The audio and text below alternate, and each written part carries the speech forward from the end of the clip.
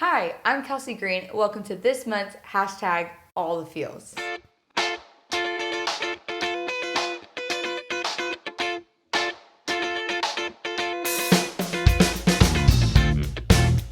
Today we are unpacking Psalm 136 and talking through the emotion of gratitude.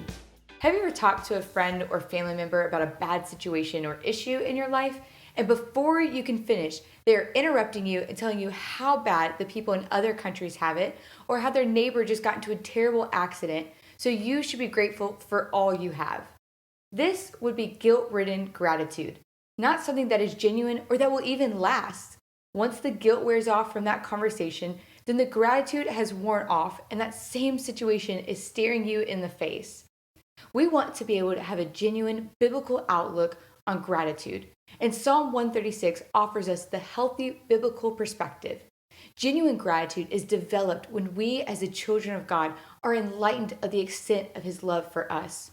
When we are convinced of the loyal love of God, we will have a heart that overflows with gratitude no matter the present circumstance. The real pressing question, though, is how we can see and experience the love of God daily, even amidst troubling times.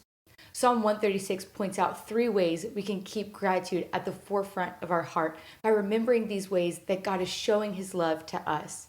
First, it speaks of the love of God's creation. Daily, we are seeing the breath and presence of God that He's spoken to existence all around us. One of my greatest hiking adventures is when me and my husband hiked Mount Conroe in Colorado that stood over 14,000 feet tall. It was not an easy hike by any means, but once at the top of the mountain, I was able to look over all the other smaller mountains and lakes that we could see from above. I really felt the majesty and creativity of God's creation all around. In that same instance, I was humbled by the sight because I recalled Matthew 6:25 through 30, and it says, "Therefore I tell you, do not worry about your life, what you will eat or drink, or about your body, what you will wear. Is not life more than food, and the body more than clothes? Look at the birds of the air. They do not sow or reap or store away in barns, and yet your heavenly Father feeds them. Are you not much more valuable than they? Can any one of you, by worrying, add a single hour to your life? And why do you worry about clothes? See how the flowers of the field grow? They do not labor or spin. Yet I tell you that not even Solomon in all his splendor was dressed like one of these. If that is how God clothes the grass of the field, which is here today and tomorrow is thrown to the fire, will He not much more clothe you?" You can see God's love so much through His creation, but we are His most beloved creation of all. I see that my life is not added to when I am anxious, but is developed when I have trust and gratitude in my Heavenly Father. Second, we know God's love through His saving grace.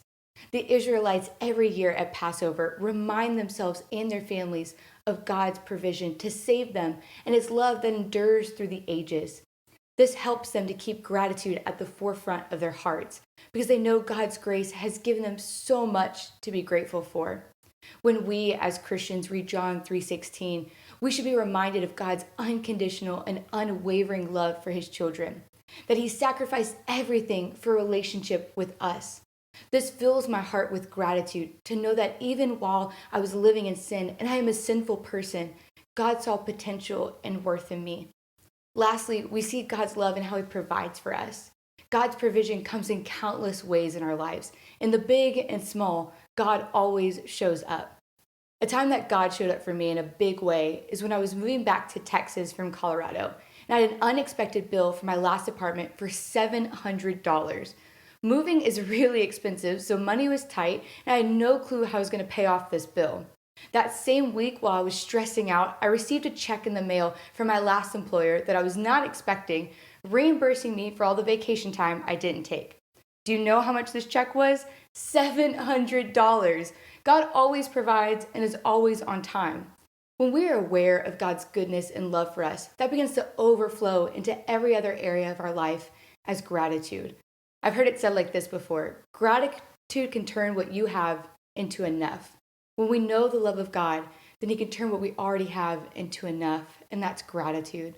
I pray that as your home group discusses these different aspects of God's love, you are enlightened and your heart is brought to a place of genuine gratitude.